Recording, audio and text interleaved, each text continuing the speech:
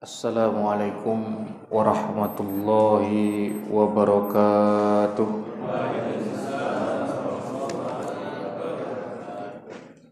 Al-Fatihah hadratin Nabi Muhammadin sallallahu alaihi wasallam wa ala alihi wa azwajihi wa dzurriyyatihi wa ahli baiti thayyibin washabil akramin al-muhtadin wa sa'il anbiya wal mursalin wa jami' malaikatillahil muqarrabin wa ila jami' awliya wa syuhada wa sholihin wal ulama'il amilin wal musannifin wal mukhlisin wal fuqaha wal qurra wal mufassirin wal muhaddithin wa jami' arwah abaina wa ummahatina wa liman haqqun alaina wa li jamil muslimina wal muslimati wal mu'minina wal mu'minat wal muhsinin wal muhsinat wal waqifin wal waqifat fi hadzal masjid annallaha ta'ala yaghfiru lahum wa yarhamuhum wa yaj'alul jannata mathwahum wa yanfa'una bi asrarihim wa anwarihim wa ulumihim fid din wa dunya wal akhirah wa yaj'aluna fi hadzal syahril 'azim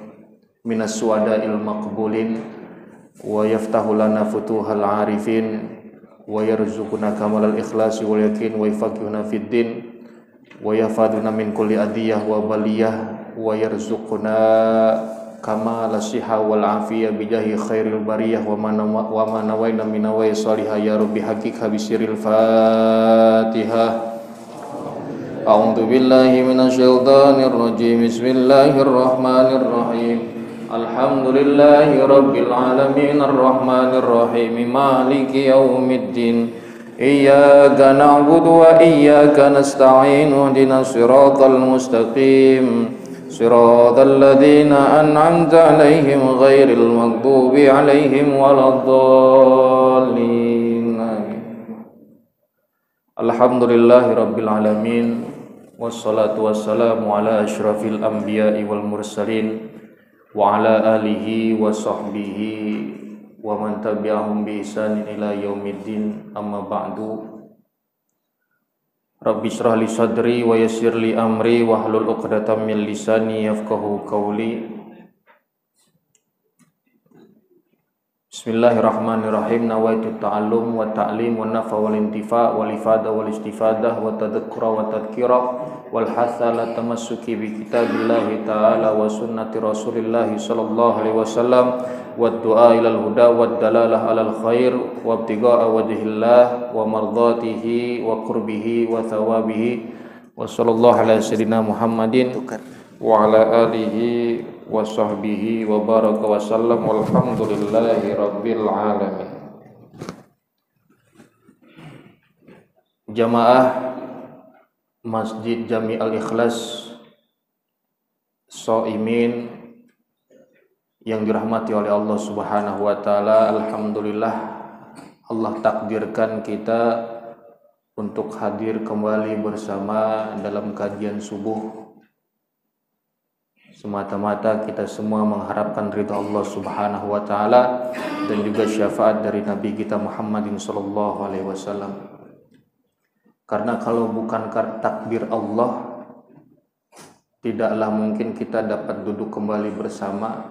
Kalau bukan karena kesempatan yang Allah berikan, tidaklah kita akan berjumpa lagi bersama. Ini semua berkat nikmat karunia rahmat dari Allah Subhanahu wa taala, nikmat panjang umur. Mudah-mudahan panjang umurnya kita selalu dalam taat ibadah kepada Allah Subhanahu wa taala. Jamaah yang dimuliakan oleh Allah Subhanahu wa taala, kita sudah sampai kepada pekan ketiga, yaitu pertemuan ketiga kita. Kemarin kita telah membahas sampai kepada rukun yang ke-8 ya. Rukun yang ke-8 kemarin tumakninah dalam i'tidal. Berarti pada pagi hari yang mulia, yang bahagia ini kita membahas rukun yang ke-9 dalam sholat. Apa itu rukun yang ke-9 dalam sholat? Apa? Sujud. Rukun yang ke-9 dalam sholat adalah sujud 2 kali fi kulli rakaat, di setiap rakaat. Rukun yang kesembilan adalah sujud 2 kali di setiap rakaat. Secara bahasa sujud itu adalah al-khudu'. Al-khudu' tunduk, patuh secara bahasa. Ya, sedangkan menurut syariat sujud itu kita menempelnya dengan 7 anggota tubuh kita ke tempat sujud kita. Ya, nanti akan dijelaskan lebih lanjutnya bagaimana posisi sujud yang baik menurut ulama, menurut sunnah yang diajarkan oleh baginda Rasulullah SAW. Sebagaimana yang telah kita bahas kemarin, jikalau kita dalam sholat kemudian ruku sujud, itu dosa-dosa kita dirontokin sama Allah Subhanahu wa taala. Ya, di situ saya tuliskan ada hadis Nabi Muhammad SAW, innal abda idza qama lis-shalah ata bidzunubihi kulliha fawudi'at ala atiqaihi fakullama raka'a aw sajjada tasaqatat anhu. Ketika seorang hamba datang mendirikan sholat, maka semua dosa-dosanya didatengin dan diletakkan di 2 pundaknya, di atas kedua pundaknya. Maka fakullama raka'a, setiap dia ruku, au sajada, atau setiap dia sujud, tasaqatat anhu, maka dosa-dosanya itu semua jatuh semua, rontok. Ya, kalau kita ruku, kita sujud, dosa-dosa kita semua dirontokkan, berjatuhan semuanya. Ya, itu termasuk keutamaan nanti. Kemarin kita sudah bahas kenapa ruku lama tuh. Ya, nanti sujud lebih lama lagi. Bahkan Al-Imam An-Nawawi mengatakan tatwilus sujud khairum ay afdal min tatwilir ruku'. Memanjangkan sujud, memperlama sujud itu lebih utama daripada memanjangkan atau memperlama ruku'. Faedahnya. Jadi sujud lebih lama lebih baik. Kenapa tadi tuh? Biar semua dosa-dosa kita berjatuhan. Manusia kan nggak luput dari dosa. Sekarang mah buka Facebook dikit aja, dosa bertumpuk di situ. Betul apa enggak? Niat kita enggak nyari dosa enggak? Tahu lewat sekeliberan gitu lah. Dilihat dosa enggak dilihat, sayang katanya itu. Nah, kita belajar sekarang sujud. Sujud itu memiliki beberapa syarat tentunya. Ya, sujud memiliki beberapa syarat. Yang pertama, sujud itu kita meletakkan sebagian dahi kita di atas tempat sujud. Dengan kondisi dahi kita terbuka. Ya, meletakkan sebagian dahi di atas tempat sujud dengan kondisi sebagian dahi tersebut terbuka. Itu syarat yang pertama. Jadi di dahi kita nih tidak ada penghalang satu apapun. Tidak ada satu penghalang apapun antara dahi dengan tempat sujud. Jidat ini kita nih, dahi itu harus terbuka. Makanya sholat nggak boleh pakai helm.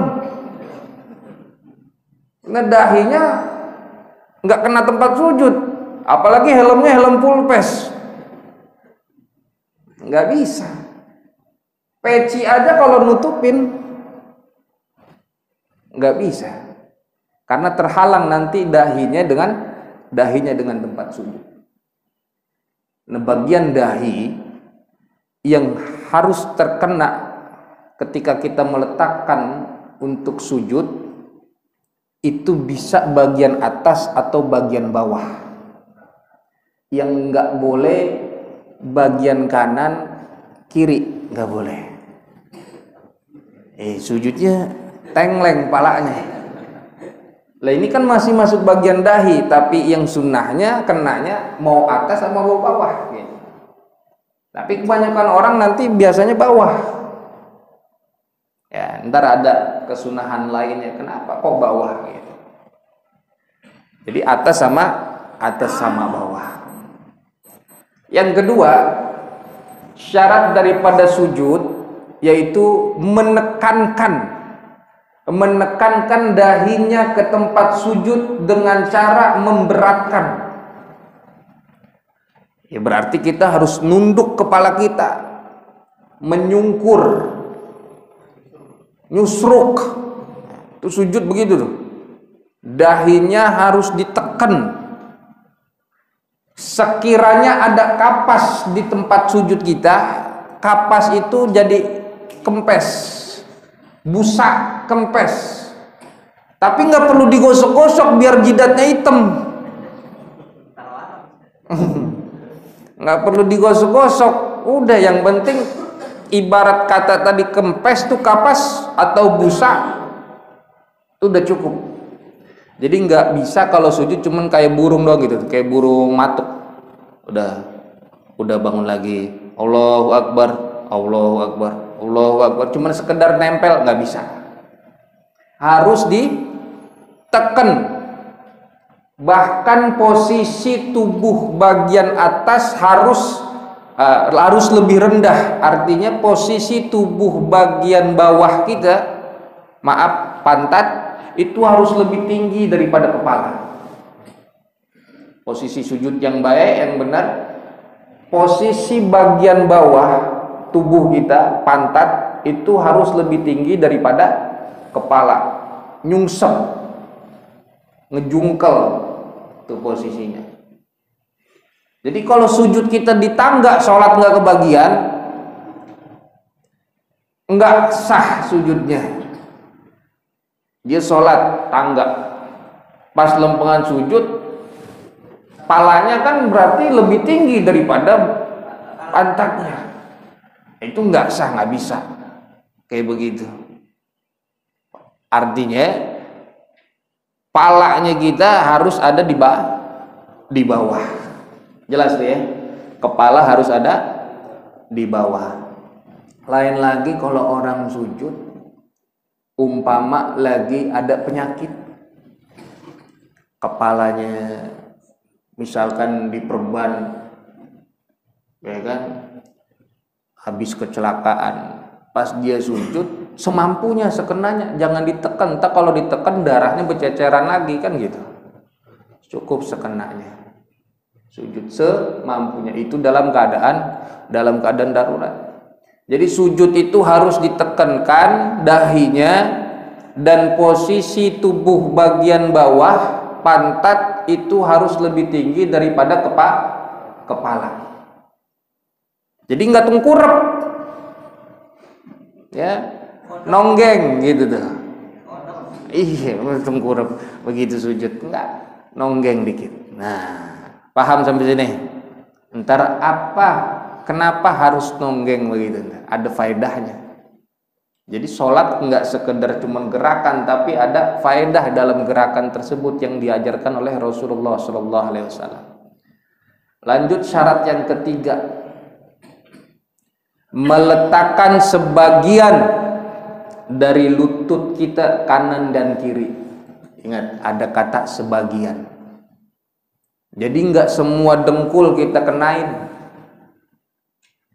Yang menempel dengan lantai tempat kita sholat. Jadi mau sholat di mana aja, misalkan di atas sejadah atau di atas kayu triplek, ya, di atas busa, itu yang kena sebagian dari lutut kanan atau kiri, kanan dan kiri, maaf. Ya, mau sebagiannya. Paham kan kalau bahasa sebagian? Jadi lutut kita yang kena mau di bagian atas apa mau di bagian bawah, itu dia. Yang penting bukan kanan sama kiri, ya, dengkulnya. Yang keempat, meletakkan sebagian dari sisi dalam telapak kanan dan kiri. Dan yang kelima, meletakkan sebagian dari sisi dalam jari-jari kaki kanan dan kiri. Oke, yang nomor 4, meletakkan sebagian dari sisi dalam telapak kanan dan kiri. Nih, telapak kanan dan kiri. Jadi nggak bisa sholat sujudnya begini tangannya nih, nggak bisa. Apalagi begini, atau begini kayak tentara push up, harus mengenai telapak kanan dan telapak tangan kanan dan kiri. Kalau misalkan ini kan bahasanya sebagian, kita cuma telunjuk kita begini nih, cukup gak? Cukup gak tuh? Pas sujud cuma begini nih. Dalam keadaan tertentu, darurat, ketika telapak tangan sedang sakit, bisa begini. Karena bahasanya sebagian. Yang penting ada yang kena bagian dalamnya, bukan bagian luar, bukan bagian samping. Sujud Allahu Akbar, sini lagi sakit, boleh tuh begini. Nggak mesti dipaksain begini. Cukup begini kena, karena bahasa sebagian. Kalau begini nggak kena, ini bukan dalam, ini samping. Apalagi begini, wah mau sujud pas bangun, waduh, petinju, sarungnya lupa dibuka gitu. Yang kelima, meletakkan sebagian dari sisi dalam jari-jari kaki kanan dan kiri, jari-jarinya. Ya, ntar kita coba praktek, ntar siapa ntar maju. Meletakkan sebagian dari sisi dalam jari-jari kaki. Berarti ditekan, diangkat gitu. Jari-jarinya aja tapi. Kenapa di sini sebagian? Biasanya kelingking nggak bisa ngikut. Ya, benar nggak? Nggak semua jarinya bisa ngikut, maka sebagian. Ya, ntar coba dipraktekin. Maka penjelasannya dari yang nomor 4 dan 5, tidak cukup jikalau kita hanya meletakkan bagian pinggir telapak tangan kita, akan tetapi harus meletakkan bagian dalam. Kalaulah seperti itu, maka sujudnya tidak sah. Diulang lagi sujudnya. Sholatnya tetap terus, tapi sujudnya nggak sah. Kalau didiamin, sholatnya batal. Gitu. Harus diulang sujudnya. Yang keenam, syarat daripada sujud, menyengaja untuk sujud saat menjatuhkan tubuh kita dari i'tidal. Jadi harus dibarengi juga ada niat untuk sujud. Kalau orang melakukan sujud ketika dari i'tidal karena kaget, tahu-tahu jatuh ke bawah, nggak dihitung sujud, dia harus balik lagi baru ngambil besertaan dengan menyengaja untuk sujud. Karena ada begitu orang ketika lagi i'tidal ditepok, tahu-tahu langsung kaget, jatuh ke bawah untuk sujud. Nah itu nggak dihitung sujudnya. Dia harus kembali lagi posisi semula, lalu bertakbir dan berniat untuk melakukan sujud. Itu. Jadi nggak sekedar kaget langsung itu, enggak. Kayak kemarin ruku bangun ke i'tidal harus juga begitu. I'tidal juga harus disengaja. Begitupun sujud harus disengaja. Jadi nggak cukup ketika kita terjatuh ke lantai dari i'tidal tanpa menyengaja untuk sujud, maka sujudnya tidak dihitung dan dianggap ia harus dan wajib kembali ke i'tidal lalu melakukan sujud kembali. Paham ya? Yang ketujuh, syaratnya yaitu tidak bersujud di atas sesuatu atau di atas benda yang menempel pada kita. Nah, tidak bersujud di atas sesuatu benda yang menempel pada diri kita. Artinya benda tersebut ikut bergerak dengan kita dalam sholat. Kayak sorban, pici. Ya, ini pici harus dibuka. Mazhab Imam Syafi'i harus kelihatan nih dahinya. Kayak gini. Jadi ketika kita sujud, ini harus terbuka. Harus terbuka, nggak boleh ada yang menghalangi. Dan tidak ketika kita sujud menempel ya barang apa benda yang menempel pada diri kita yang ikut bergerak kayak sorban, Allahu Akbar, tato sorbannya ke bawah dan kena dahi kita, sujudnya tidak sah. Ya, nanti kecuali ada keadaan tertentu nanti diperbolehkan. Kalau untuk wajibnya ketika kita sujud nggak boleh ada benda yang ikut bareng sama kita kemudian menempel di sujud kita. Jadi lutut harus tertutup, laki-laki, apalagi perempuan. Tentang lutut bagian dari anggota sujud dibuka lututnya pas lagi mau sujud, nggak bisa. Yang harus terbuka nanti ada bagian tubuh yang wajib dibuka, ada yang wajib ditutup, ada yang boleh dibuka, ada yang boleh ditutup. Ntar boleh dicatat nanti. Tapi yang wajib dibuka benar-benar adalah dahinya. Dan ketika kita sujud tidak ada satu benda apapun yang menghalangi. Rambut gimana rambut? Nah, ini yang sering kita. Rambut gimana kalau rambut? Kalau rambut menghalangi dalam mazhab Syafi'i, kalau cuman sehelai dua helai kagak apa-apa. Tapi kalau sampai semuanya poni-poninya turun sujud, itu yang kagak boleh. Karena itu akan menutupi dahinya. Kalau cuman sehelai nggak apa-apa, kelewat. Cuman jangan disengaja pas mau sholat dibikin helai yang satu. Nggak bisa. Ya, harus terbuka. Kalau disengaja ada benda yang ikut sama kita, sorban, kemudian ditaruh begitu aja dan dia tahu keharamannya tanpa ada uzur apapun, maka batal sholatnya.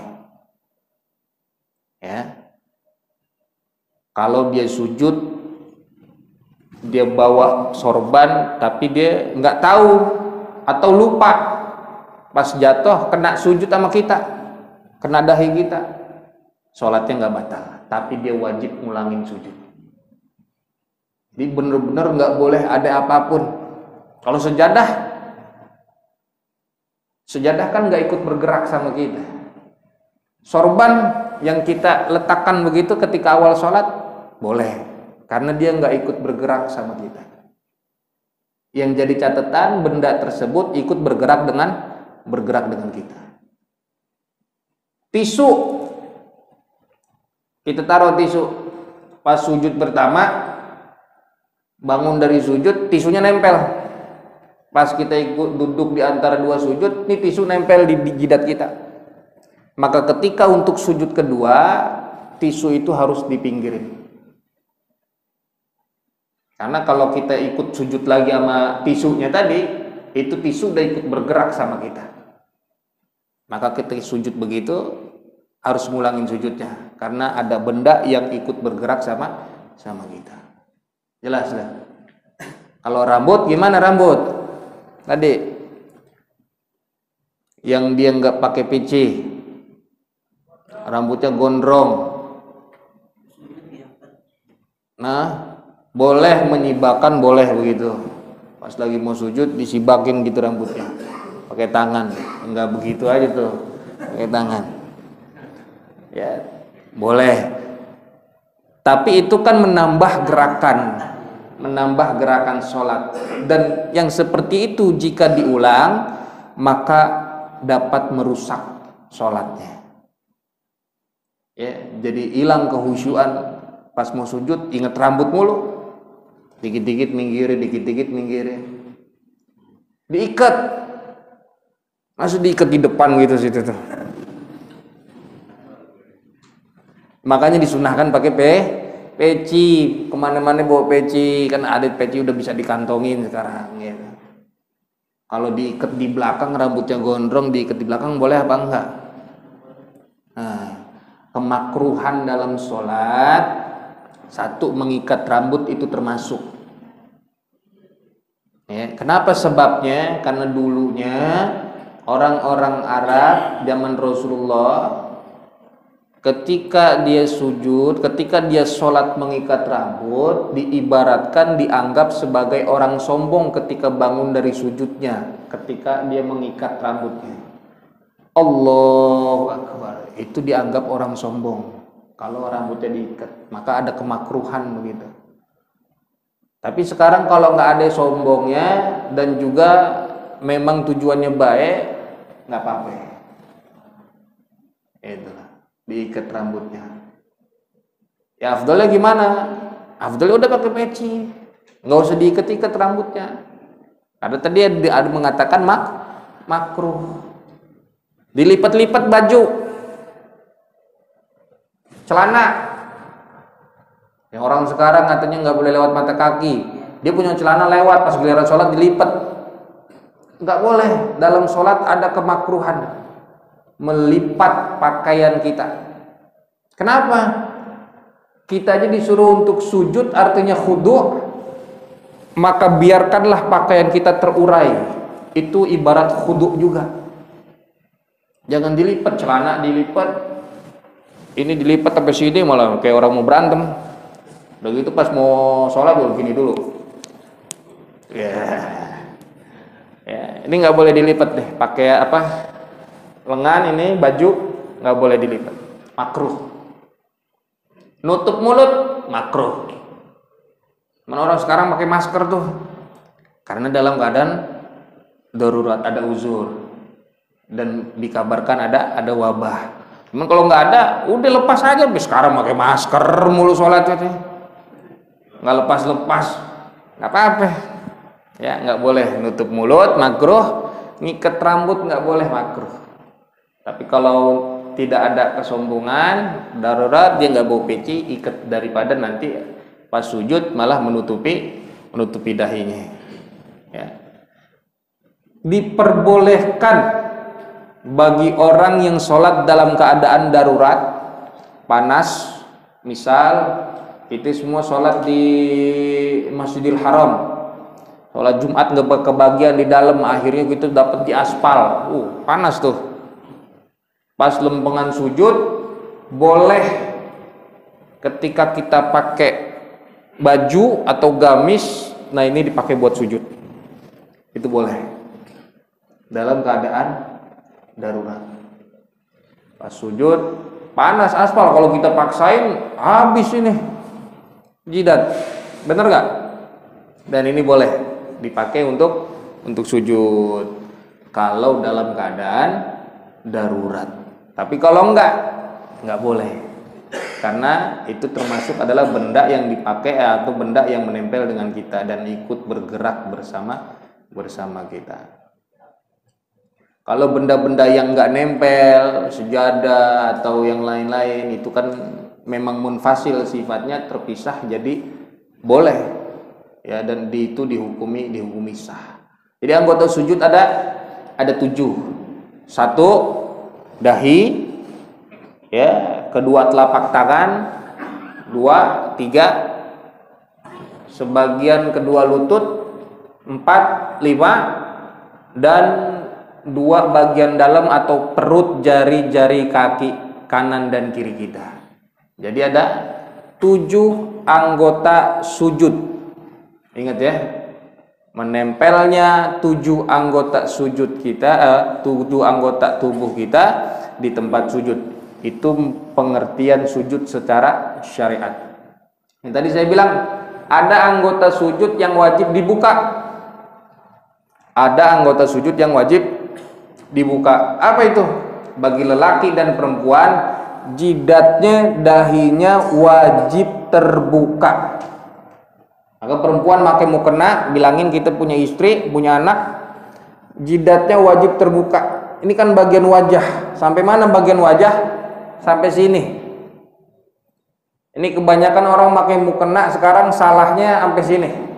Ini bukan wajah, aurat bagi perempuan. Maka perempuan kalau pakai mukena yang benar sampai sini. Kalau ke dalam sini, ini aurat terbuka. Jelas Pak ya? Nanti sampaikan, karena tanggungannya kita, dosanya kita, orang laki. Ini sampaikan ke istri kita, pakai mukena yang wajah nih, kena nih dahi mulai dari sini, ya, sampai sini. Kalau makainya sampai sini, ini bagian ini terlihat, ini aurat bagi perempuan. Jelas ya. Kalau rambutnya tetap perempuan mah aurat, nggak boleh. Tapi kalau laki boleh, agak kesini ini kelihatan rambut dikit, nggak apa-apa. Yang penting bagian anggota tubuh atau anggota sujud yang wajib dibuka yaitu adalah dahi atau kita bilang jidat. Anggota sujud yang wajib ditutup apa? Kedua lutut kita. Mau laki, perempuan, apalagi. Tuh lutut kanan kiri wajib ditutup. Dan dua bagian dalam jari-jari kaki bagi perempuan.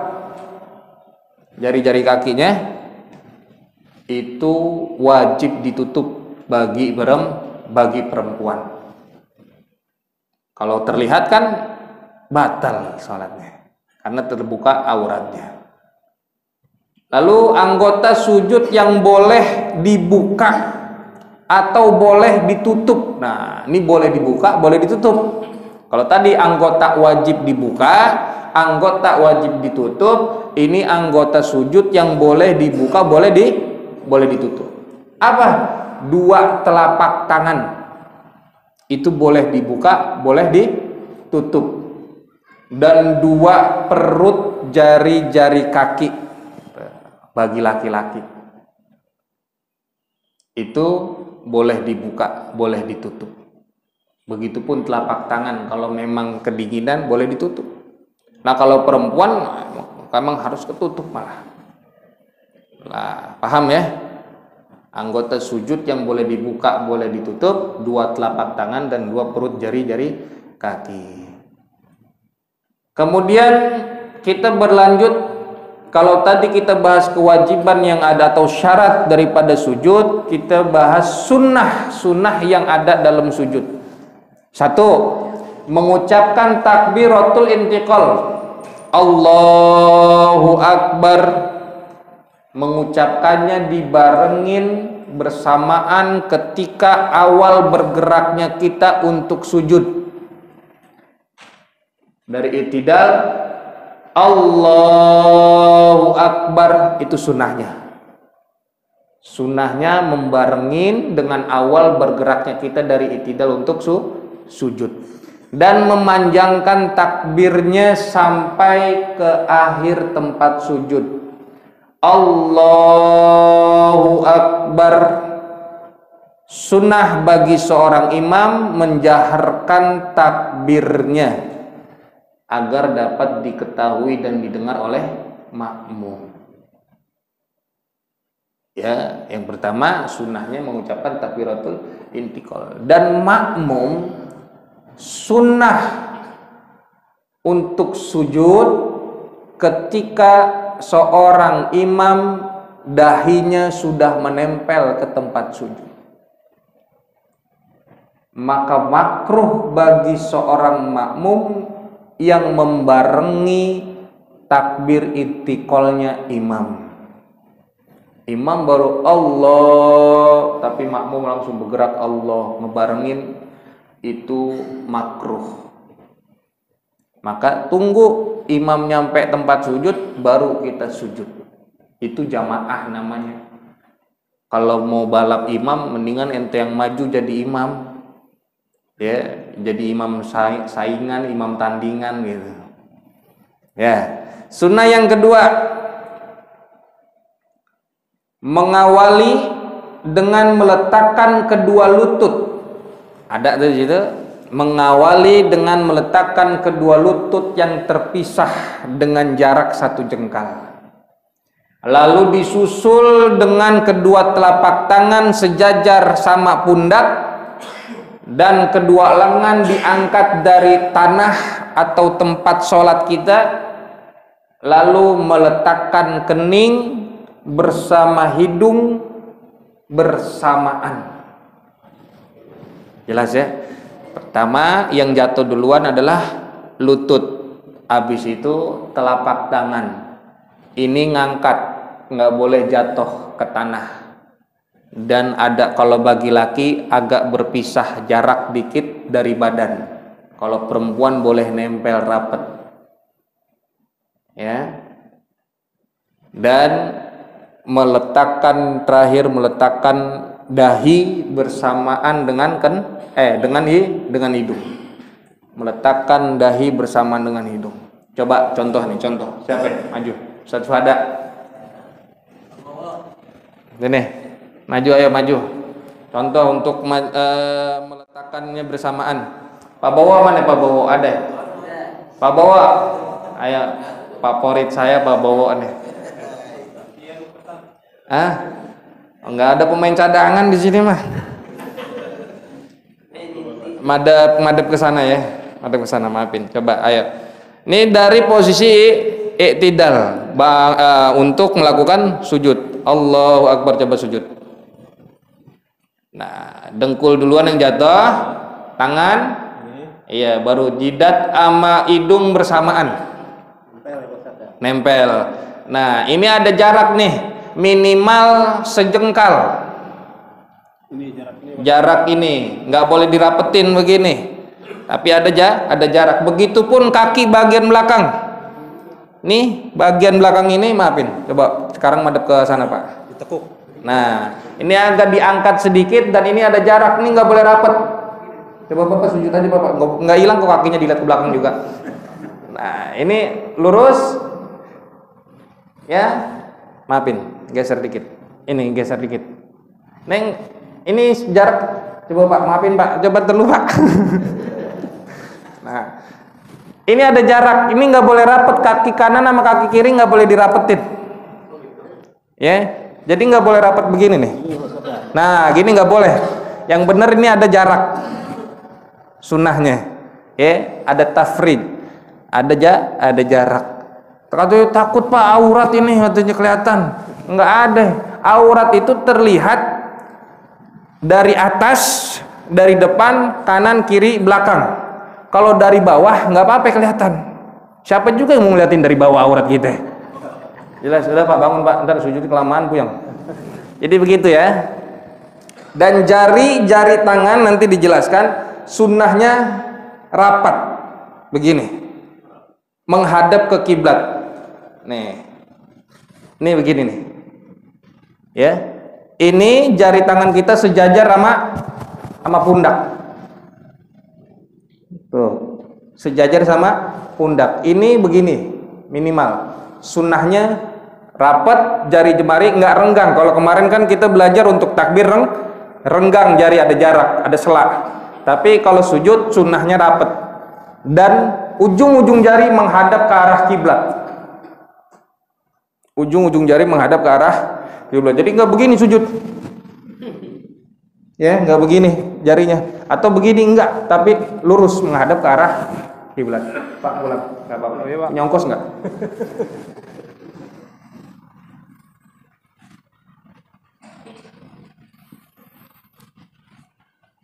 Ya, jadi mengawali dengan meletakkan kedua lutut dulu, kemudian telapak tangan sejajar sama pundak dan ini diangkat, nggak boleh nyentuh nggak nyentuh dengan tanah. Meletakkan jidat bersamaan dengan hidung, bareng sunnahnya. Gitu.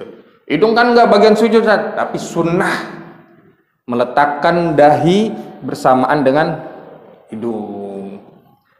Yang ketiga, merapatkan jari-jari tangan tadi dengan ujung-ujungnya menghadap ke arah kiblat, itu sunnah.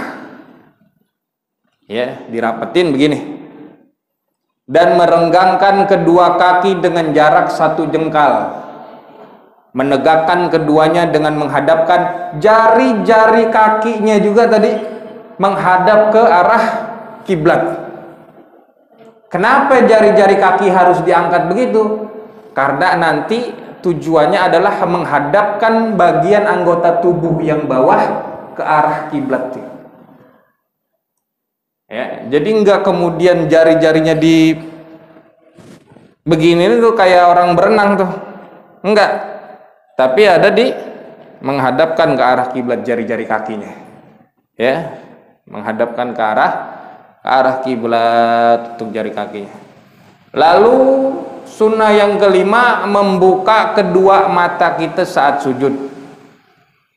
Nggak bisa merem, harus melihat ke tempat sujud. Mata terbuka dan memandang tempat sujud. Yang keenam, membaca tasbih sebanyak 3 kali. Boleh lebih,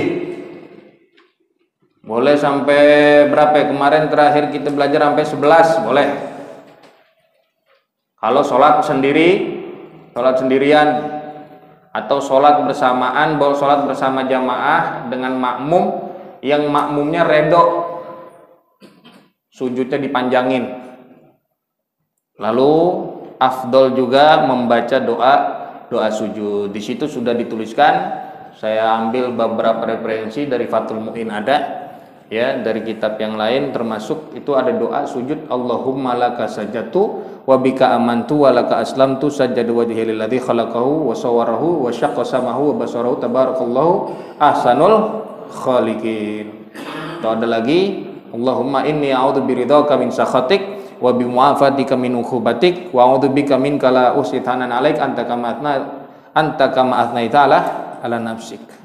Atau yang lebih banyak sering dibaca, Allahumma gfirli dhanbi kullahu diqqahu wa jillahu wa awwalahu wa akhirahu wa alaniyatahu wa sirrahu. Itu doa sujud.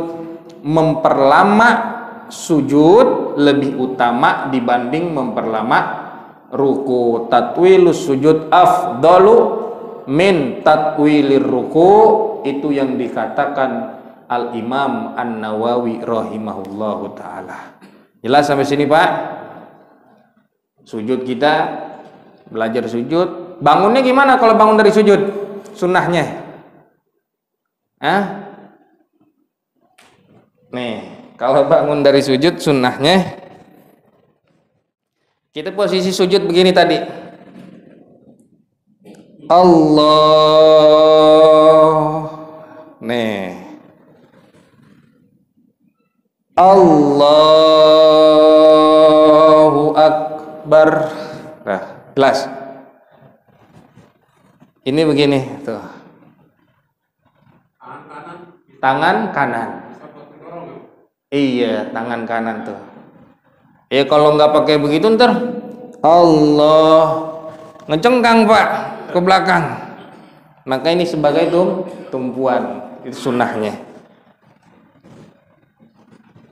Kalau bangun dari rokaat pertama atau rokaat ketiga, nanti ada kesunahan selanjutnya, yaitu jalsatul istirahat atau duduk istirahat. Lanjut, rukun yang ke-10, tumakninah dalam sujud. Tumakninah dalam sujud, batas minimalnya yaitu seukuran membaca subhanallah. Tumakninah batasnya minimal dengan seukuran membaca subhanallah. Itu lama, itu batas lama minimal tumakninah. Paling lamanya gimana? Paling sempurnanya dengan mengucapkan subhana rabbiyal a'la wa bihamdi sebanyak 3 kali. Atau boleh tadi dibaca sampai 11 kali. Baca 3 kali ditambah dengan doa sujud itu lebih baik daripada baca 11 kali. Ya, tinggal bebas pilih kalau mau sholat sendirian. Kalau sholatnya berjamaah, kita lihat kondisi makmum, jangan lama-lama juga. Nah, setelah kita mengetahui itu semuanya, sujud berikut dengan tumakninahnya, apa faedah daripada sujud? Faedah daripada sujud yang pertama adalah untuk kita tawadu kepada Allah Subhanahu wa taala. Merendah. Kita punya anggota tubuh, dan anggota tubuh yang paling kita hormatin itu kepala. Tapi kita sujud kepada Allah, kepala yang kita hormatin kita letakkan di bawah. Artinya jangan pernah diri kita merasa terhormat di hadapan Allah. Maka anggota tubuh yang paling terhormat aja kita taruh di bawah untuk menghadap kepada Allah Subhanahu wa taala. Kalau kita menjaga kehormatan di depan manusia itu bagus.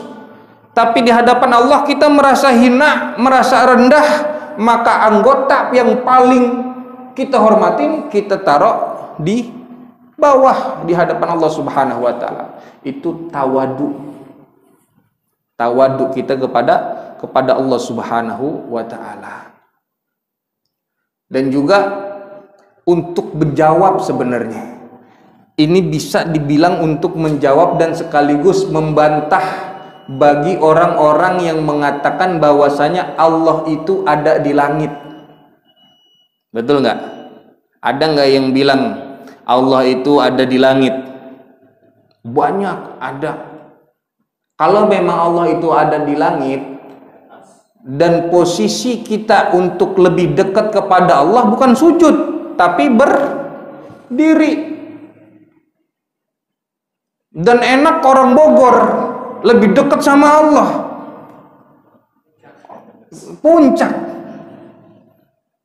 naik gunung aja kita kalau mau dekat sama Allah, atau naik pesawat lebih dekat lagi sama Allah kalau bilangnya Allah itu ada di langit.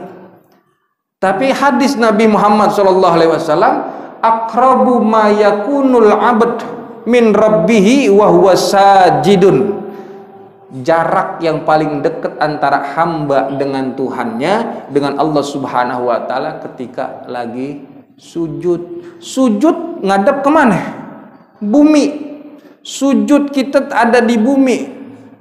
Kalau memang Allah adanya ada di langit, berarti bukan sujud tempat terdekat.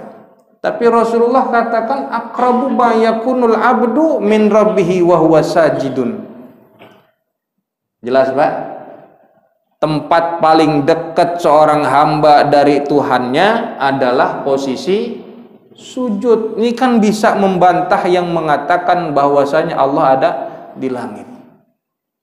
Maka Nabi mengatakan fa'akfirud du'a, perbanyaklah oleh kalian doa di saat sujud. Mustajab ketika kita doa lagi sujud. Posisi kita tawadu, menyungkur, merendah, merasa hina di hadapan Allah. Kita minta kepada Allah Subhanahu wa Ta'ala, banyakin doa. Jelas sampai sini? Yang mengatakan Allah ada di langit, Allah fis sama.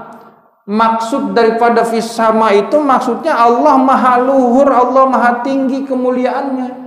Bukan langsung didefinisikan tempat Allah ada di langit. Tapi Allah maha luhur. Allah nggak bisa dibatasin sama arah. Allah sendiri, Allah yang menciptakan arah. Jadi Allah tidak bisa, jangan batasi Allah dengan arah. Lah kok kita ngadep ke arah? Mana kiblat sholat? Berarti Allah ada di sana? Enggak. Itu memang karena perintah Allah. Dulunya sholat menghadap Masjidil Aqsa, lalu berpindah fawalli wajhaka syatral Masjidil Haram.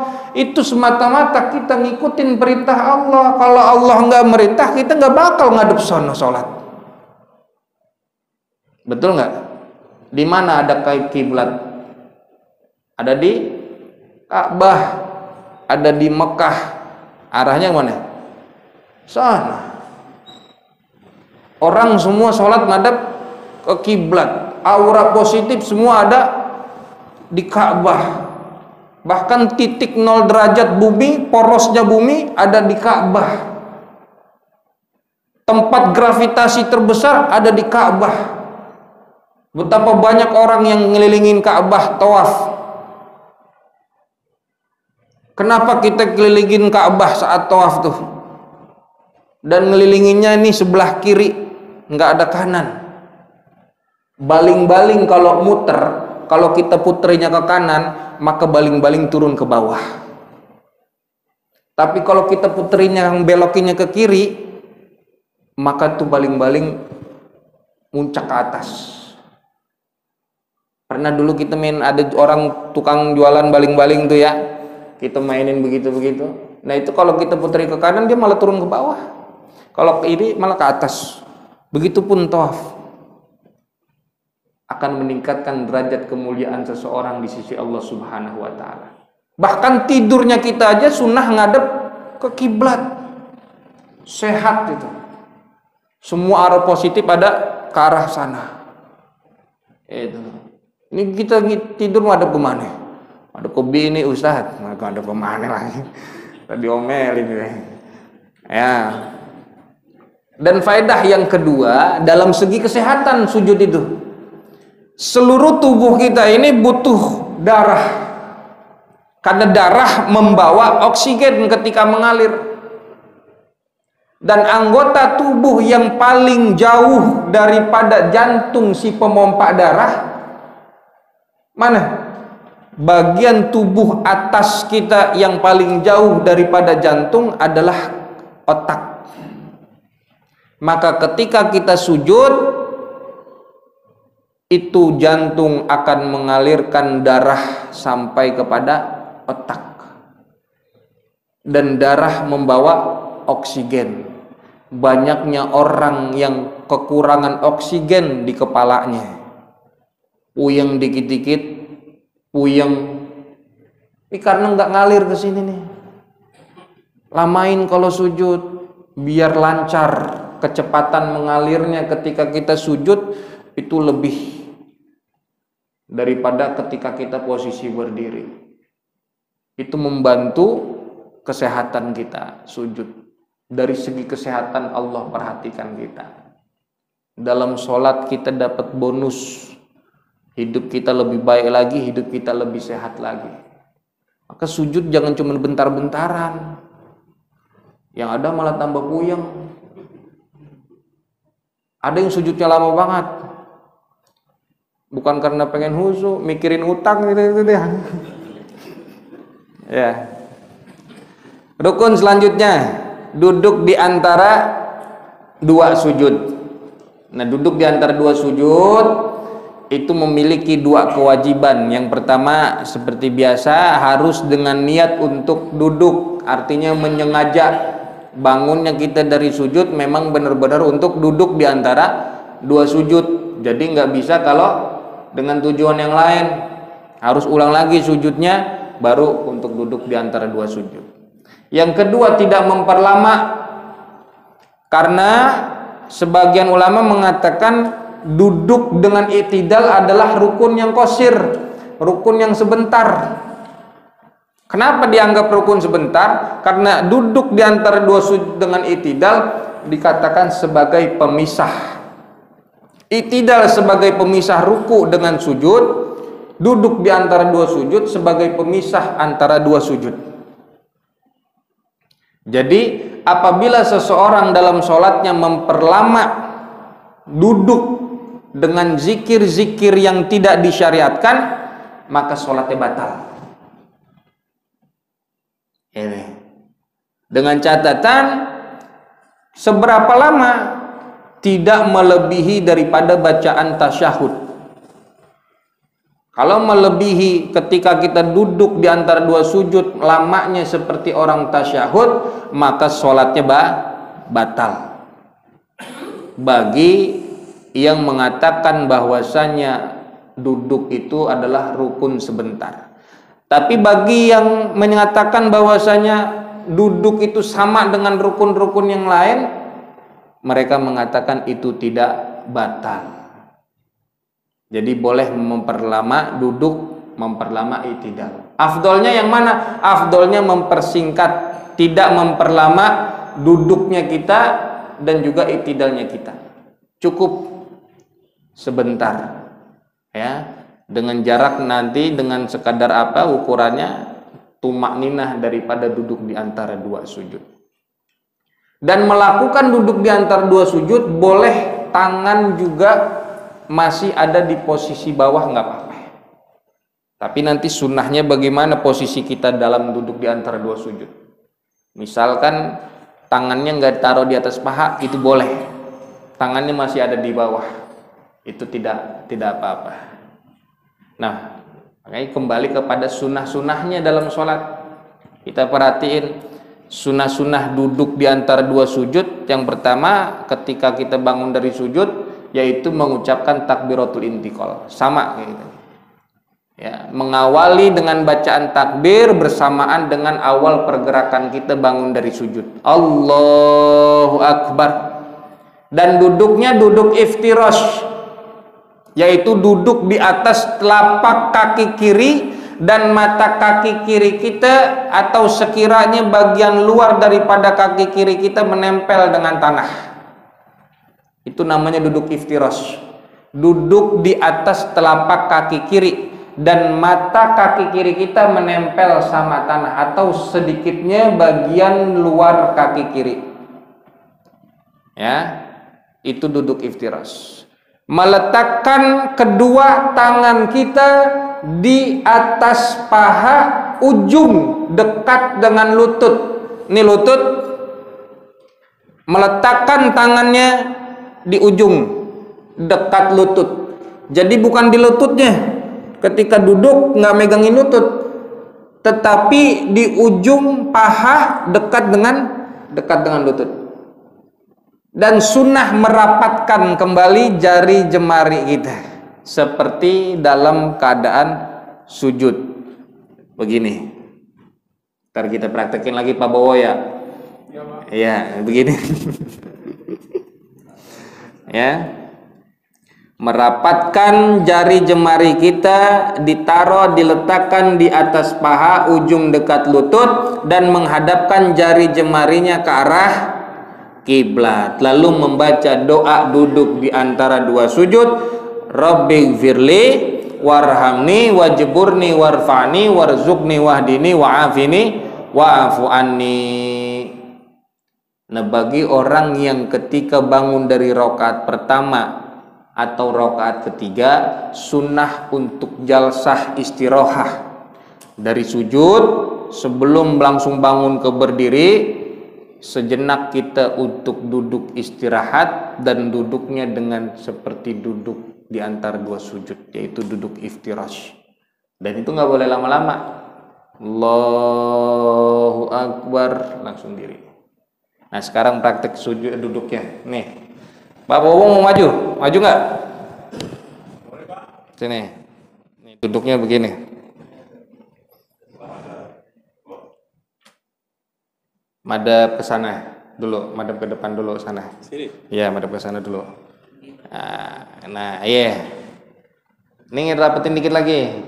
Nah, ini posisinya, ini rapet tangan. Nah, ini posisi yang sunnah dalam duduk di antara dua sujud.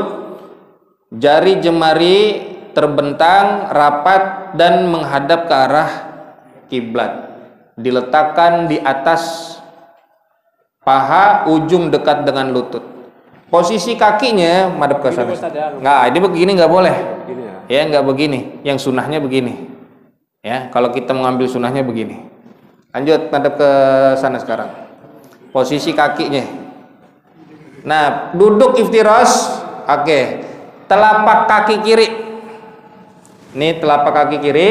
Sekiranya kalau bisa mata kaki nempel sama tanah, nempel. Kalau enggak, cukup bagian luar daripada kaki kiri, punggungnya itu menempel, dan kita duduk di atas telapak kaki kiri kita. Jelas? Ini diangkat.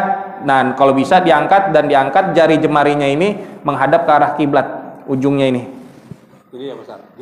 Enggak, ini nah gitu. Ya, cukup begitu. Nah, ini cukup. Ini jari jemarinya ujungnya menghadap ke arah kiblat. Itu posisi duduk duduk iftirash. Gini enggak, ini ada bagian tubuh yang dia tidak jelas. Ini duduk iftirash begini yang benar kayak tadi. Coba.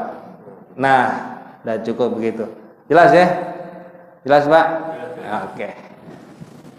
Bisa kembali, Pak Ustaz? Bisa. Ada ongkosnya, Pak. Jangan jauh-jauh duduknya. Ntar transitnya kejauhan nih. Oke. Lanjut rukun yang ke-12, tumaninah dalam duduk di antara dua sujud. Seperti biasa, namanya tumaninah batas minimalnya dengan ucapan subhanallah. Paling lengkapnya yaitu dengan membaca Rabbighfirli warhamni wajburni warfa'ni warzuqni wahdini wa'afini wa'afu anni. Itu doa duduk di antara dua sujud. Lalu rukun yang ke-13, duduk untuk membaca tasyahud akhir, sholawat atas Rasulullah SAW dan salam pertama.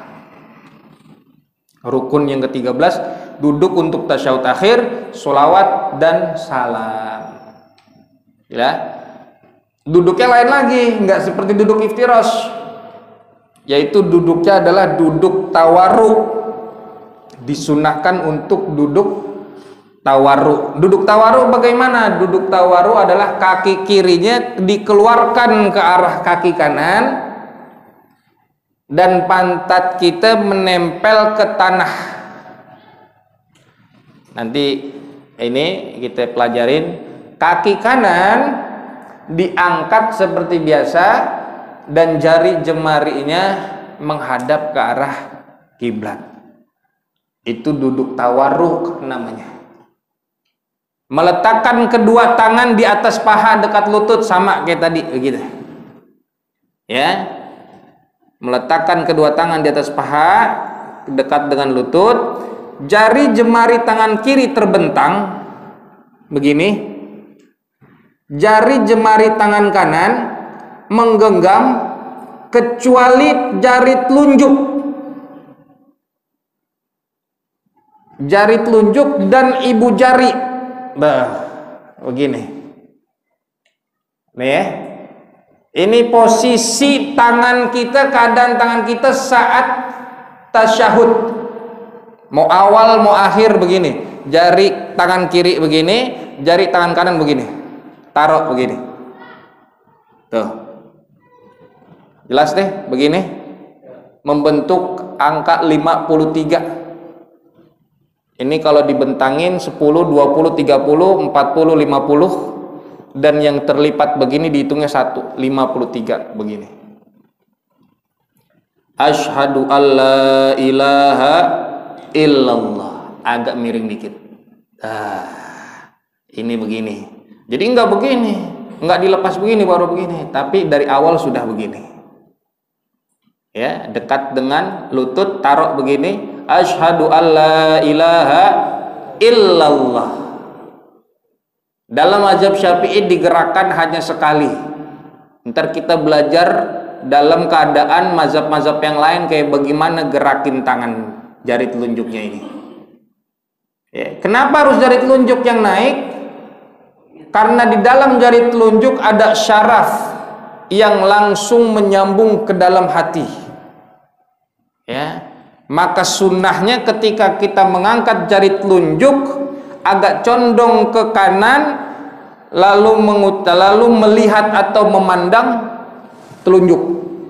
Asyhadu alla ilaha illallah. Arah mata kita yang tadinya kita semenjak dari awal takbiratul ihram menghadap ke tempat sujud, ketika tasyahud memandang jari telunjuk. Asyhadu alla ilaha illallah.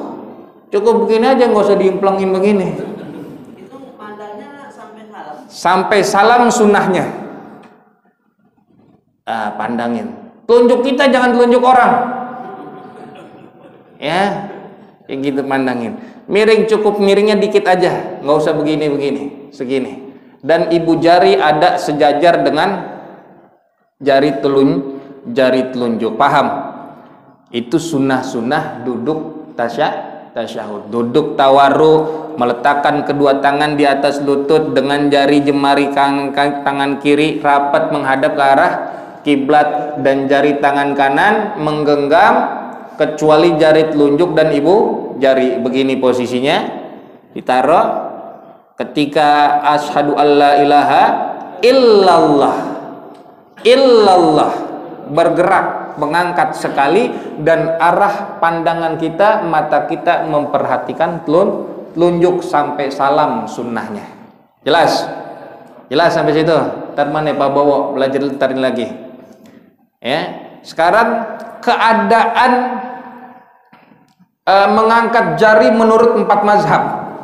Dalam mazhab Syafi'i mengangkatnya hanya sekali, yaitu diangkat ketika lafaz illallah. Asyhadu alla ilaha illallah diangkat.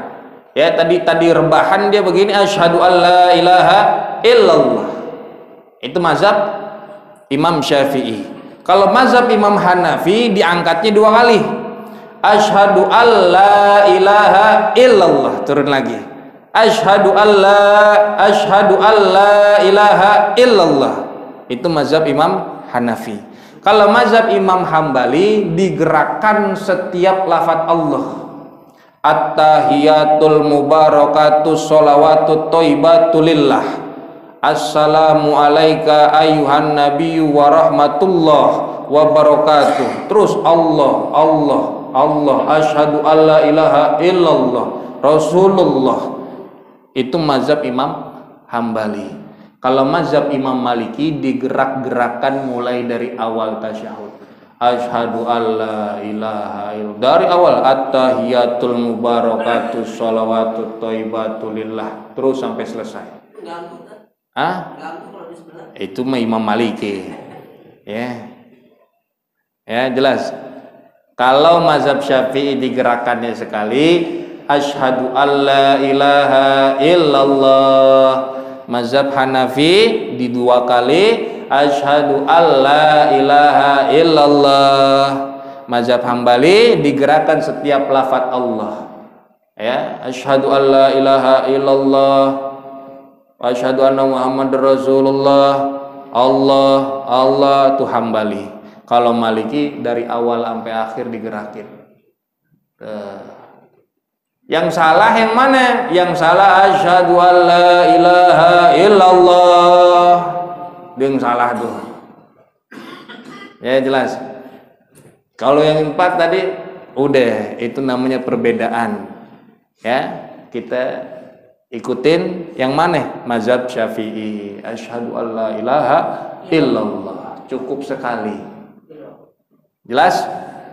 Oke, itulah rukun yang pagi hari ini kita pelajari sampai ke rukun 13. Insya Allah tinggal 1 pertemuan lagi kita akan membahas rukun yang ke 14, 15, 16 dan 17. Jelas?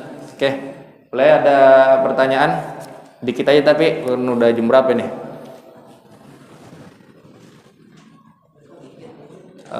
Jam 6:30.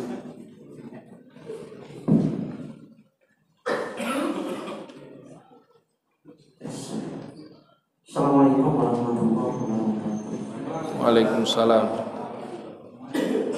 Ini yang lumayan menarik kalau yang buku yang karena kita lihat banyak sekali kekeliruan, ya, kesalahan ya. Mungkin tadi karena kurang pemahaman dan lain sebagainya. Iya. Ya, termasuk kadang ya diri sendiri aja kadang kayak gitu tentang pelaksanaan sujud. Ada yang kita lihat sujud orang sekedar nempelin hidung, jidat mah nggak kena, ada istilah nyium, gitu. Kemudian ada yang saat sujud tangannya ada yang berbahan, padahal itu kan khusus perempuan, ada alasan tertentu. Kemudian ada yang sujud tangannya ke dalam, Iya. ya, pokoknya banyak yang kita lihat seperti itu. Alhamdulillah dengan ada pencerahan hari ini, pagi ini kita banyak masukan. Kemudian sujud itu tadi kan diantara satu tempatnya doa di mustajabah. Betul. Diantaranya sujud terakhir. Kemudian antara azan dan iqomah. Kemudian setelah sholat dan lain sebagainya. Kalau nggak salah pernah saya dengar Rasulullah saat sholat itu beliau mau bangun, entah saat terlupa atau sujud gitu, beliau mau bangun tapi ditahan sama malaikat karena ada makmum yang lagi berdoa. Iya. Ya kalau nggak salah seperti itu. Nah sekarang kebanyakan imam-imam yang kita sholat di mana kan terkesannya terburu-buru gitu. Sementara kan makmumnya mungkin ada gitu kan yang lagi paham tentang ada perintahnya memperlama dalam sujud karena ada doa gitu. Nah seharusnya bagaimana di sini posisi imam. Kemudian itu tadi yang Ustaz bilang tadi pada saat kita mau sujud kan gerakan takbir dengan badan itu kan harus berbarengan. Itu tadi yang pernah saya sampaikan waktu itu ada banyak sekali jamaah makmum itu yang mendahului imam seperti itu. Iya. Karena imamnya itu gerak dulu, baru takbir, baru kalimat takbirnya, gerakannya dulu, gitu. Jadi Allah Akbar itu baru udah nyampe di sujud. Iya. Bukan di gerakan itu doang, banyak seperti itu yang imam ada yang saya lihat di beberapa masjid seperti itu. Nah itu tadi yang membuat makmum itu jadinya itu tadi ikut bergerak balapan dengan imam. Nah seharusnya bagaimana yang sebenarnya itu tadi Ustaz sudah sampaikan, harusnya gerakan dengan takbir itu kan harus Betul. berbarengan. Jadi untuk menghindari makmum itu yang mau menjadi imam. Nah, Jadi imam tandingan. Iya. Kemudian kita ada sedikit dari keluar dari tapi masih dalam bab sholat. Itu tadi antara azan dan iqomah itu kan mustajabah untuk kita sholat, untuk kita doa. Nah di sini terkadang ada suka yang puji-pujian selawatan, kayak gitu kan. Ini yang lebih utama yang mana? Iya. Kalau kita lihat kan banyak juga nih jamaah-jamaah yang paham seperti itu memanfaatkan waktu tersebut untuk berdoa. Tapi ada yang selawatan. Kalau menurut saya sih berisik kalau menurut saya. Bukan kita ngituin sebenarnya selawatannya. Karena kita kan kepingin khusyuk seperti itu. Di muajir itu pernah ada seperti itu, berisik kok. Sampai teriak berisik katanya kayak gitu. Tadi dia lagi doa kayak gitu kan. Tiba-tiba selawatan. Oke. Nah, itu aja mungkin Ustaz. Terima kasih. Assalamualaikum. Waalaikumsalam warahmatullahi wabarakatuh. Ya, makasih Pak Guru. Menyikapi yang pertama dulu tadi ya, tentang sholat. Sujudnya diperlama, tatwilus sujud kata Imam Nawawi, afdalu min tatwilir ruku'. Memperlama sujud lebih afdal, lebih utama dibandingkan memperlama ruku'. Kenapa? Karena sujud adalah jaraknya kita dengan Allah itu paling dekat ketika kita sujud.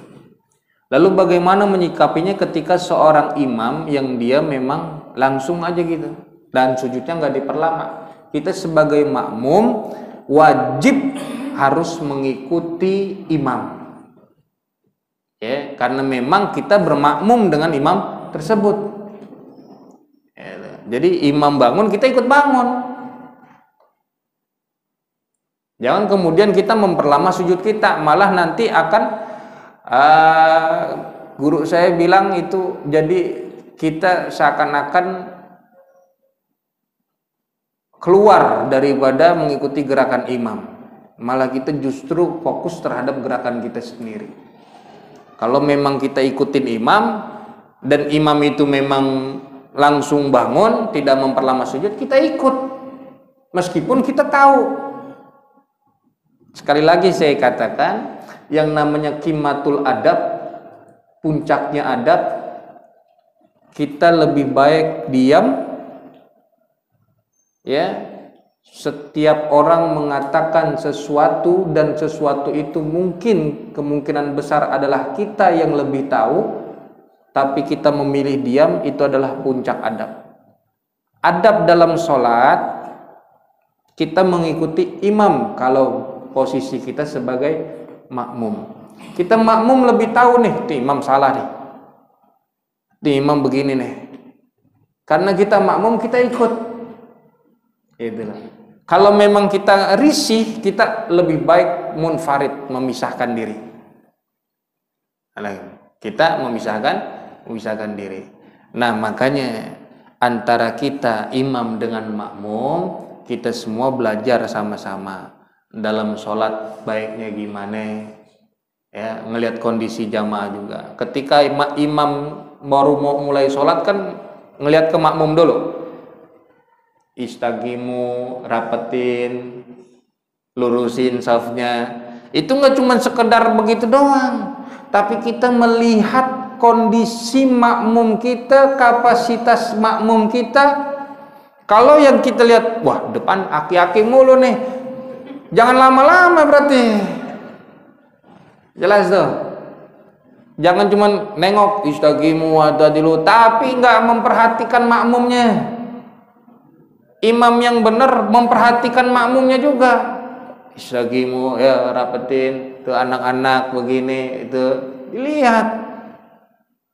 Biar nanti kita tahu kita sholat harus gimana nih, bacaannya panjang apa pendek.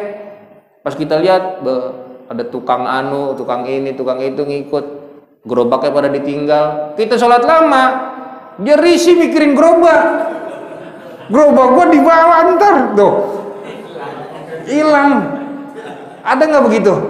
Ada banyak. Kang bakso mampir ke masjid Al Ikhlas, sholat, pas kelar lama banget kan dia risih, jadi mikirin baksonya dia, gerobaknya dia, malah kelupaan lagi itu berangkas belum dikunci. Itu imam harus begitu, tahu kondisi makmum, jangan tahu-tahu nyelonong langsung Allahu Akbar, nggak liatin. Jemaah juga masih pada mencar kemana-mana. Jelas ya, itu yang pertama. Jadi ketika makmum juga mau memperlama sujud, ya jangan lama-lama. Imam udah bangun untuk tasyahud akhir, bolehlah sebentar baru bangun. Jangan dilamain. Sampai imam mau salam pertama dia baru bangun. Ya. Sunnah memang untuk memperlama, tapi kewajiban kita adalah mengikuti imam. Jelas. Yang kedua tadi apaan ya? Saya lupa aja. Oh, doa di antara azan dan iqamah. Oke. Doa di antara azan dan iqamah memang sebagai waktu yang mustajab, waktu yang diijabah oleh Allah Subhanahu wa taala untuk kita berdoa. Di antara azan dan iqamah. Ini sekarang di mana-mana masjid udah ada waktunya. Azan ke iqamah berapa menit? Ada kan? Kalau dulu-dulu kagak ada, yang penting imam udah datang langsung qomat, imam datang langsung qomat. Sekarang imam udah datang aja masih ada waktu, nggak apa-apa, memberikan kesempatan untuk jamaah melakukan sholat sunnah. Dan di situ adalah doa mustajab saat itu. Memang ada beberapa masjid sebelum iqamah, setelah azan sebelum iqamah, dia mengumandangkan solawat dengan solawatnya yang memang membawa kepada tazakur, mengingatnya seorang jamaah akan Allah Subhanahu wa ta'ala. Kalau solawatnya yang malah membuat lalai jamaah kepada Allah, hindarin. Umpama gini, berarti boleh dong Ustaz? Boleh-boleh aja. Sebab banyak juga orang yang belum tahu keadaan atau waktu yang mustajab antara azan dan iqamah itu. Jadi untuk mengingatkan jamaah yang lalai, yang masih nyantai-nyantai, ada sholawatan, dia jadi ikut sholawatan. Jadi kebagian, sholawat itu kan bagian dari doa. Sholawat itu bagian dari doa. Ketika kita berdoa, sholatullah, salamullah, itu doa. Doa kita kepada Rasul itu akan kembali kepada kita. Sholawat kan kembali juga kepada kita. Itulah. Ketika kita mendoakan sholawat, membaca sholawat, Allahumma sholli ala Muhammadin wa ala ali sayyidina Muhammad, itu kembali lagi kepada kita. Maka boleh, tetapi dengan syarat tadi, sholawatnya, kumandangannya harus yang benar-benar membawa tazakur. Yang tadinya jamaah ada yang goflah, ada yang lalai, ya, jadi mengingatkan, oh ini waktu mustajab di doa. Khawatir kalau nanti sholawatnya yang gimana-gimana dapat merusak yang tadinya orang memang lagi doa minta mustajab ini, jadi kacau, nggak fokus. Jadi boleh ya, asal sholawatnya yang dia membawa kepada mengingat seorang makmum, seorang jamaah kepada Allah Subhanahu wa ta'ala. Jelas ya? Udah cukup ya? Ada lagi nggak tadi? Nggak ada. Deh, ya, mana? Ayo Ustaz.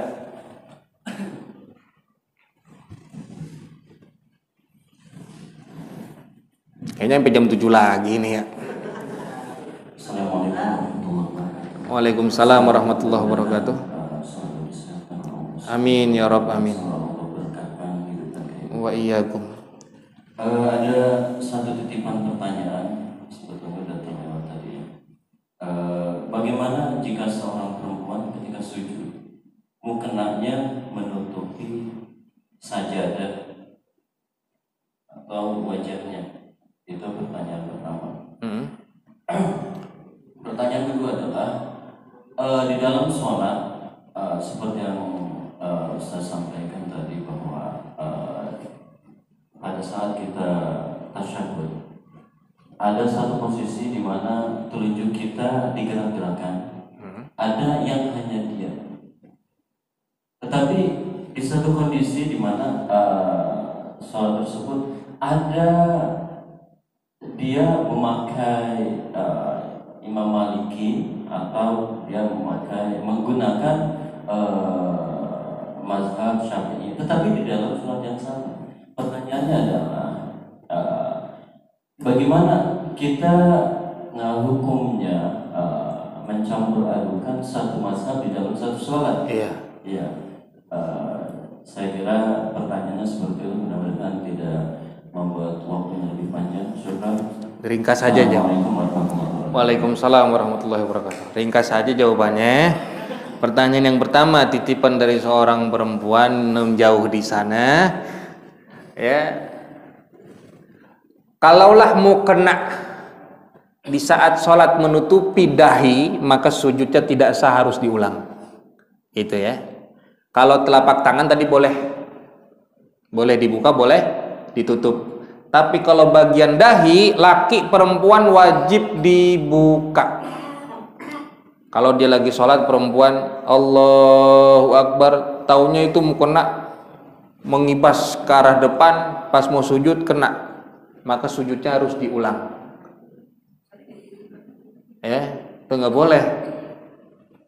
Biar adem tat, mau kenanya adem soalnya, ya, mau kena baru lagi, diciumin, enak banget. Ya, ringkasnya wajib dibuka laki dengan perempuan, laki dan perempuan wajib dibuka dahinya.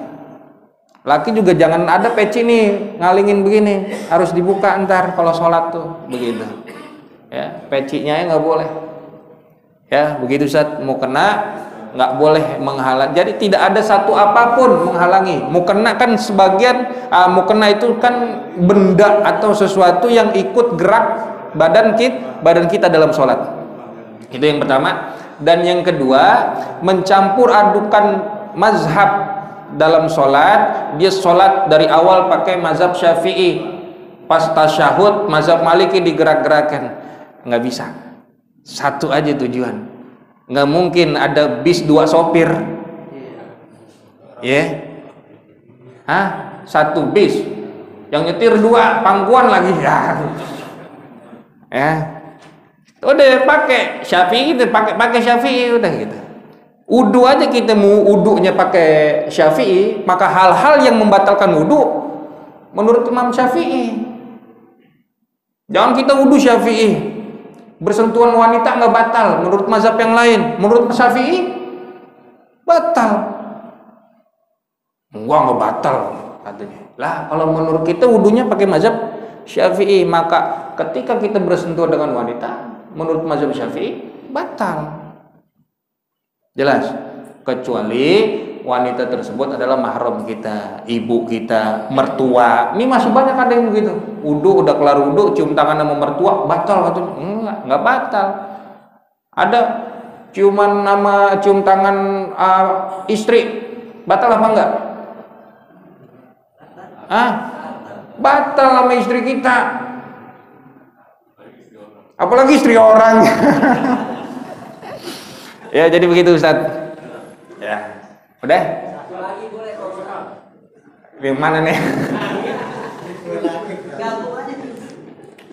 Ya dah, gimana? Boleh dari ya Pak Bowo dulu deh yang deketan. Tapi saya jawab singkat aja ya, ntar ya. Iya, yang penting jelas ya. Pak Pandi main Pak, biar duitnya nggak habis. Deketin sana Pak. Kalau bukan bulan puasa, habis ini ngopi kan enak gitu ya. Assalamualaikum warahmatullahi wabarakatuh. Waalaikumsalam warahmatullahi wabarakatuh. Pak Ustaz, Ya. kebetulan tadi Pak Ustaz singgung masalah mufarid. Kebetulan saya kan kebiasaan berjamaah pada 2 tempat di sini, di lokasi kita suka kerja. Mungkin seperti yang Pak Ustaz tadi gambarin, kalau di tempat saya kerja ini mungkin imamnya lebih banyak memperhatikan jamaahnya yang pengen buru-buru gitu Pak Ustaz. mumparid, saya kalau saya ikutin bisa mumparid terus gitu. Harus tinggal dulu. Iya. Nah, sebatas apa sih kita harus sampai harus mumparid gitu Pak Ustadz? Memang tadi Pak Ustadz sih bilang ya kita ikutin aja imamnya gitu. Cuman kalau saya pikir-pikir kayaknya ini imam ngomong kebiasaan gitu loh, tergesa-gesa banget gitu kan. Iya. Ini kebetulan bukan yang di sini Pak Ustadz. Itu tempat saya yang suka usaha. Iya. Terima kasih. Sebatas mana kita ini harus sampai mumparid gitu Pak Ustadz? Begini Pak Bowo, kalau kita naik mobil, kita kan ngikutin sopir aja selaku penumpang gitu. Tapi kalau menurut kita sopirnya begini begitu, kalau memang kita nggak merasakan nyaman dari awal, kita nggak usah naik ke mobil itu kan gitu. Ya, tapi karena kita memang pengen jamaah gitu dan pengen naik mobil itu, ya naik aja, nikmatin aja gimana sopirnya kan gitu. Ikutin. Ketinggalan mulu saya Pak Ustadz ini dalam sholat, karena dia buru-buru gitu, karena gerakannya memang cepat gitu ya. Dengan Pak Bowo agak lambat gitu, ketinggalan terus. Batasannya ketika kita ingin memisahkan diri kita munfarid, kalau memang di dalam hati kita ada keraguan, itu sudah harus kita melepaskan diri munfarid gitu. Langsung aja, meskipun posisi kita masih di situ, tapi dalam hati munfarid. Dan untuk tidak menyinggung perasaan imam, bergeraknya kita, meskipun kita munfarid, jangan terlalu membuat gerakan yang terlihat berbeda. Imam ruku kita sujud, ya. Jadi agak dibarengin, meskipun kita sudah tidak lagi berjamaah posisinya di situ, untuk menjaga tuh. Kok dia tadinya bareng, kok ini akhirnya tersinggung perasaan imam atau jamaah-jamaah yang lain lihatnya ini sholat orang aneh tuh gitu. Ya, jadi munfaridnya kita ketika kita merasa ada keraguan, kayaknya nih sholat saya jadi nggak nyaman kayak ini, mendingan kita bisa. Kalau memang begitu terus, ya dari awal kita nggak usah sholat bareng di situ aja. Kita bikin jamaah lagi, selesai di situ, selesai mereka, atau untuk menjaga satu kehusyuan kita itulah dalam sholat.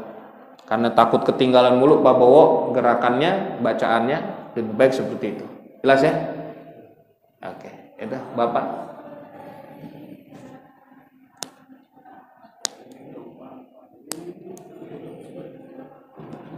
Assalamualaikum warahmatullahi wabarakatuh. Waalaikumsalam warahmatullahi wabarakatuh. Saya ingin menegaskan pertanyaan dari Pak Sulaiman.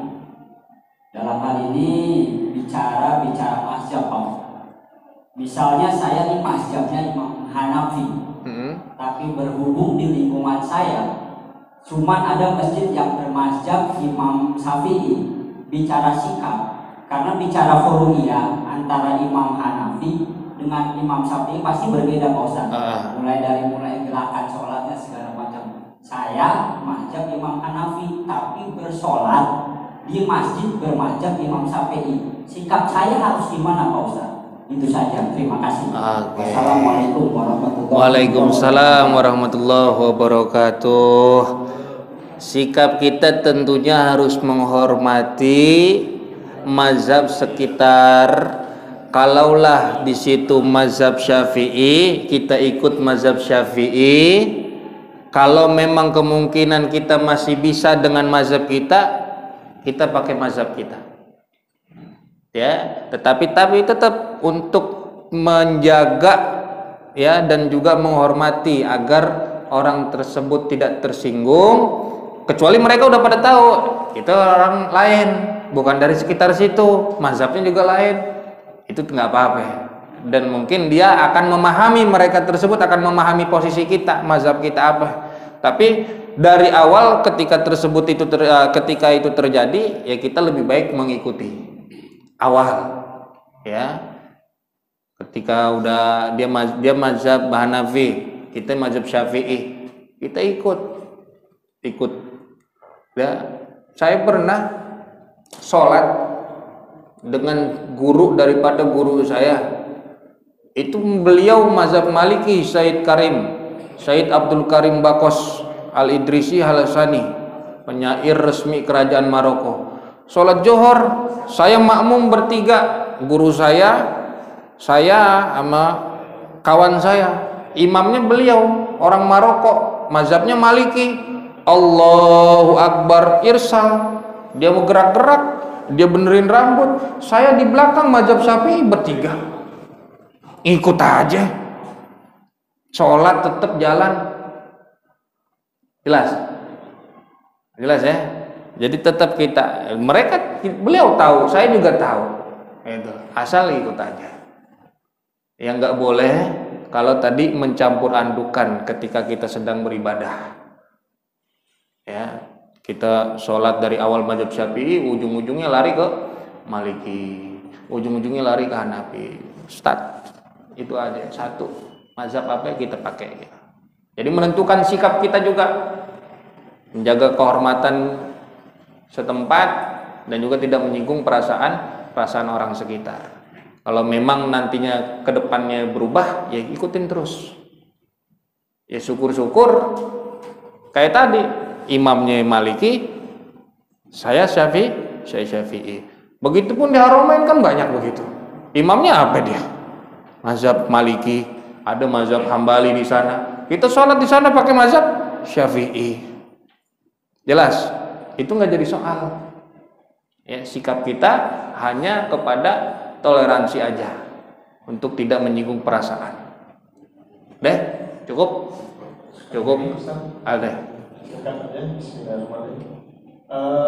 Untuk jamaah yang nggak jarang dalam kondisi sangat penuh, sangat rapat itu, terutama di duduk tawarruk di tasyahud akhir itu, nggak jarang kan, karena saking rapatnya nggak mungkin kan tuh karena jika kita tetap duduk tawarruk kan menginjak atau menindih jamaah sebelah kita. Itu alternatifnya apakah duduk iftiros atau ada posisi duduk yang lain? Duduk iftiros lebih baik. Kalau dalam posisi tersebut keadaan rapat, umpama kita semua sholat di raudhah, ya kan, sholat di raudhah aja sujudnya kita sampai susah karena orang banyak. Nah, ketika kita duduk tasyahud akhir, mengambil duduk tawarruk nggak bisa, ya kita duduk iftiros lebih baik. Itu yang penting, duduk benar-benar dalam sholat duduk iftiros atau duduk tawarruk, bukan duduk sila. Ya duduk sila, sholat mau tasyahud akhir duduk sila, nggak ada gitu. Ya jelas ya, cukup. Alhamdulillah, kita baca Fatihah. Mudah-mudahan apa yang kita pelajarin pada pagi hari ini membawa manfaat buat kita dan menambah keridhaan Allah Subhanahu wa taala kepada kita semuanya, berkah dunia, berkah akhirat. Al-Fatihah. A'udzubillahi minasyaitonir rajim. Bismillahirrahmanirrahim. Alhamdulillahirabbil alamin arrahmanir rahim maliki yaumiddin. Iyyaka na'budu wa iyyaka nasta'in. Ihdinas siratal mustaqim, siratal ladzina an'amta 'alaihim ghairil maghdubi 'alaihim waladdallin. Amin. Hadanallahu wa iyyakum ajma'in. Walafu minkum wallahu a'lam bishawab. Assalamualaikum warahmatullahi wabarakatuh.